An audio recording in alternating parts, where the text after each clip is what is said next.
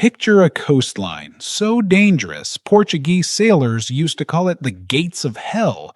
If you washed up here 500 years ago, you didn't pray for rescue. You prayed for a quick death. This is the Skeleton Coast. But if you walk just a few miles inland, the hellscape turns into something else entirely, a landscape of alien beauty, diamonds scattered like gravel, and a history that reads like a thriller. This is Namibia. But how did a land that tries to kill you become the birthplace of one of Africa's most stable democracies?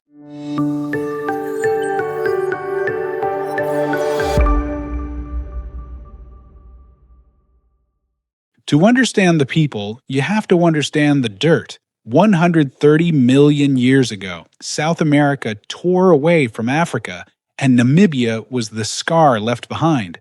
Then a freezing ocean current called the Benguela moved in. It chilled the air, stopped the rain, and created a permanent fog belt. The result? The Namib, the oldest desert on Earth. It's been dry for 55 million years. While dinosaurs were going extinct, this sand was already baking. It is the ultimate survival test. And humans? We decided to take that test. The first people to crack the code of the Namib were the San. You might know them as Bushmen. Genetically, they are the trunk of the human family tree. We all branch off from them. They didn't just survive, they engineered the environment. They stored water and hollowed out ostrich eggs buried underground like secret bank vaults. They hunted by literally outrunning animals in the midday sun until the prey collapsed from heat stroke. They were the apex predators of the empty lands. But they weren't alone for long.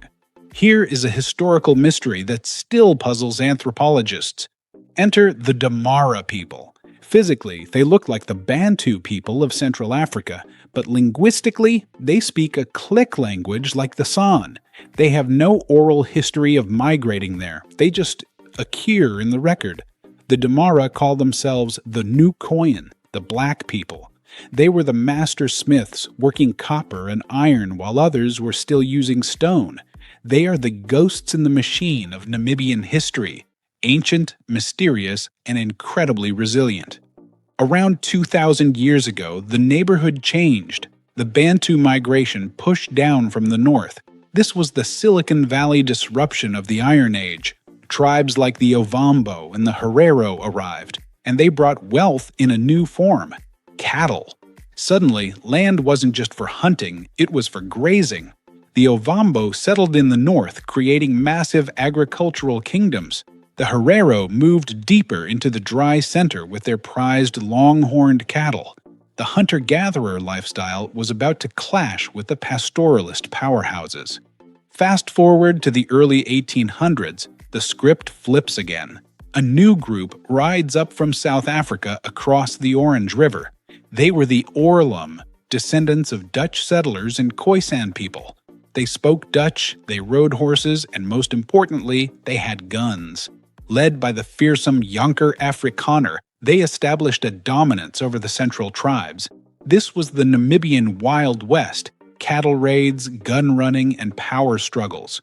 Windhoek, the capital? Jonker Afrikaners set up shop there first. But the Orlan were just the opening act for the Europeans. Enter the Germans, but not with an army, yet.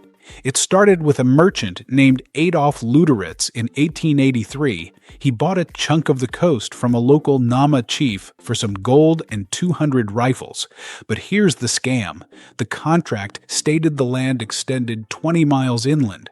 The chief thought they meant English miles. Luderitz meant German geographical miles, which are 5 times longer. The chief was swindled out of a massive territory. Germany saw this, rubbed its hands together and said, "We'll take it." German Southwest Africa was born. Before the war came the plague. In 1897, a virus called Rinderpest swept through. It killed 90% of the cattle in the territory. For the Herero people, cows weren't just food, they were money, culture, and status. Overnight, they were bankrupt. Desperate and starving, many were forced to work for German settlers just to survive. The Germans used this weakness to seize more land and impose harsh laws. The pressure cooker was hissing. It was only a matter of time before it exploded. January 1904.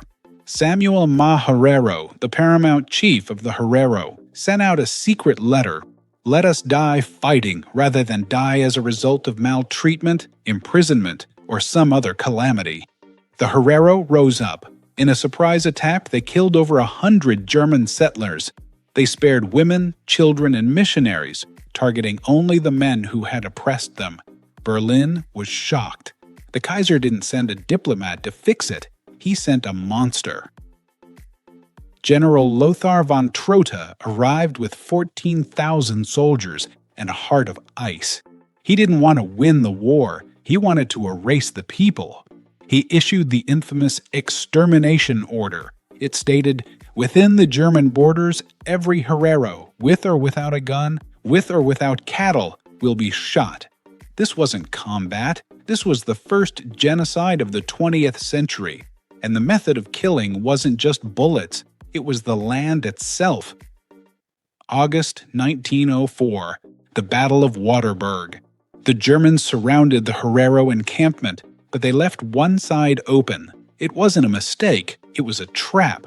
The only escape route led directly into the waterless Omaheki Desert. As the Herero fled, the Germans sealed off the waterholes behind them. Thousands died of thirst in the scorching sands. The Nama people in the south rose up next using guerrilla tactics, but they too were hunted down and sent to Shark Island, a concentration camp that was a blueprint for what would happen in Europe 30 years later. Then, the whiplash. In 1908, a railway worker found a shiny stone in the sand. It was a diamond. Suddenly, the useless desert was the richest place on Earth. A diamond rush exploded. Towns like Kohlmanskopf sprang up overnight, complete with ballrooms, ice factories, and bowling alleys, all in the middle of a wasteland. The Germans were getting rich off the land they had just soaked in blood. But history loves irony. Just a few years later, the Germans would lose it all. 1914. World War I breaks out. The British asked South Africa to invade German Southwest Africa to knock out the radio towers. The campaign was swift. The Germans surrendered in 1915. For the indigenous people, this looked like liberation. They thought the British and South Africans would give them their land back. Spoiler alert, they didn't. Instead of freedom, they got a new landlord. The League of Nations gave South Africa a mandate to govern the territory. Basically, take care of this place until they can rule themselves. South Africa treated the mandate like a permission slip for annexation. They turned the territory into a fifth province. They applied their own laws. And when the National Party took power in South Africa in 1948, they brought their crowning invention with them: apartheid. They carved Namibia up. The Odendal Plan pushed black Namibians onto homelands, tiny, infertile patches of land, while the white minority kept the ranch land and the diamond mines. The sacred trust of the League of Nations had become a prison. But you can't keep a lid on a boiling pot forever. In the late 50s, a group of migrant workers and students started organizing. They formed the Ovambo Land People's Organization, which evolved into SWAPO, the Southwest Africa People's Organization. Their leader was a bearded, fiery man named Sam Nujoma. When peaceful petitions to the UN were ignored, they realized words weren't enough. On August 26, 1966, the first shots were fired at Omugulu Wambashe. The Bush War had begun. This wasn't just a local rebellion, this was the Cold War. Namibia became a proxy battlefield.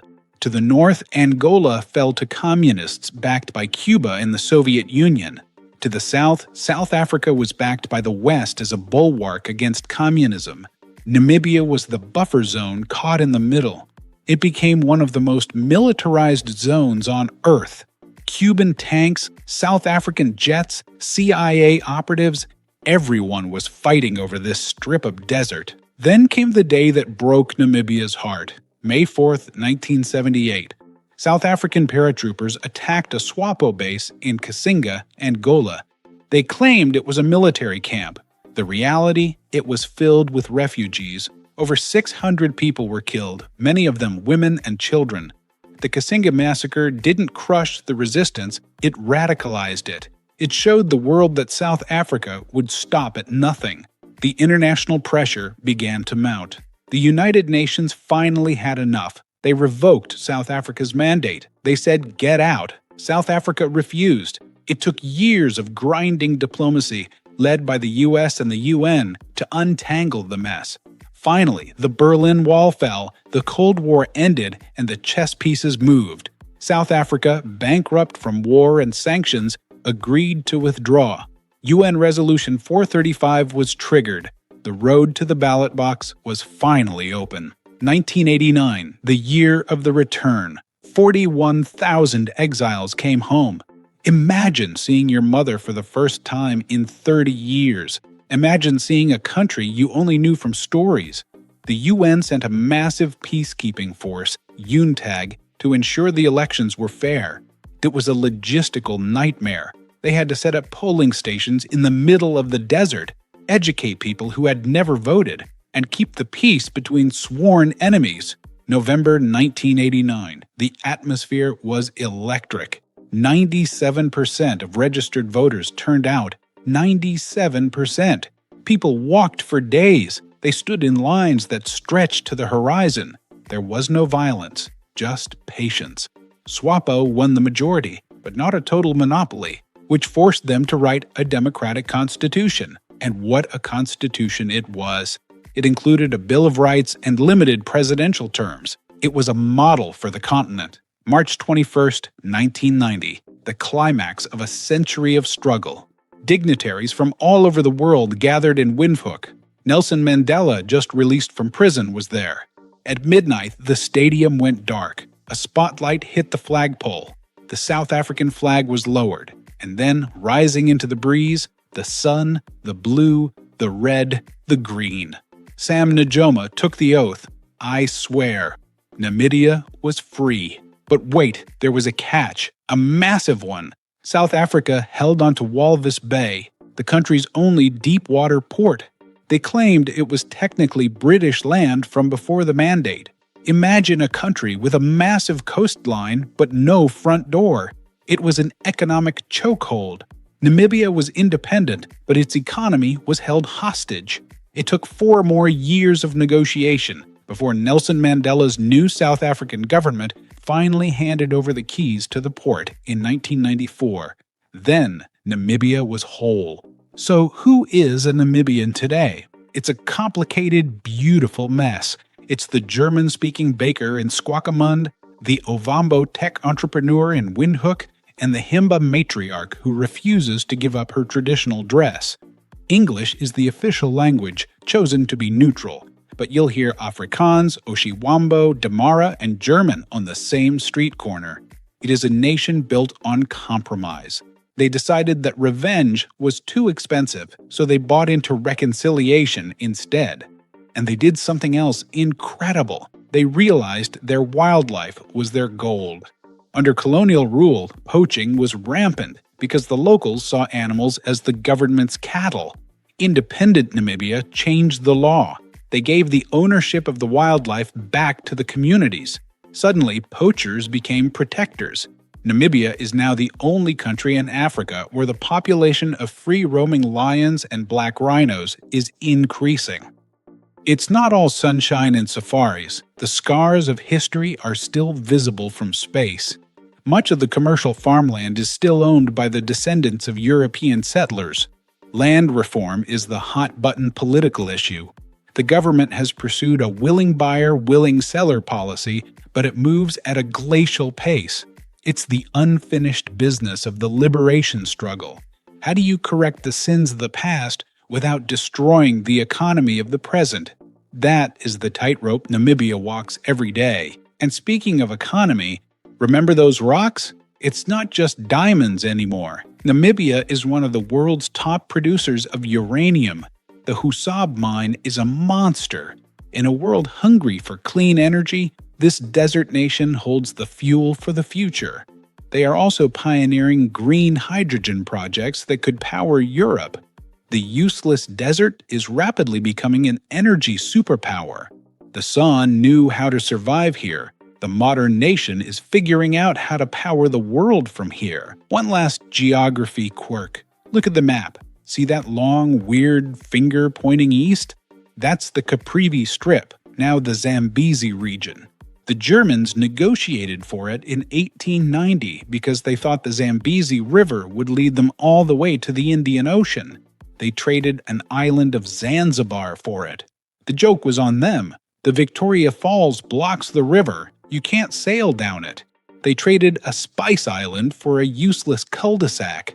But today, it's a wildlife paradise connecting 5 countries. So here's a question for you guys. The Germans traded Zanzibar, a tropical paradise, for a strip of land that led to a waterfall. In history, that's considered one of the worst trades ever. Comment below, what is the worst trade you have ever made? Did you trade a Charizard for a Weedle? Let me hear your regrets. But seriously, that mistake created the map of Namibia we know today, from the first footprints of the San to the boots of colonial soldiers to the ballot boxes of 1989. Namibia's story is about resilience. It's about a people who were pushed to the edge of the world, pushed into the desert and told they wouldn't survive, and they looked back and said, "Watch us." They took a land of skeletons and turned it into the land of the brave. But there is one thing we haven't touched on: the name itself. For most of its modern history, this place was just a direction, Southwest Africa. It was a label, not a name. So where did Namibia come from? It wasn't invented by a politician. It wasn't voted on in a committee. It came from a much deeper, more controversial place. And the story of that name is a battle all on its own. If you enjoyed this deep dive into the desert, smash that like button. It helps the channel grow. And make sure you are subscribed with notifications on, because in part 2, we are breaking down the origin of the name Namibia, and why names matter more than you think. You don't want to miss it. Thanks for watching, and stay curious.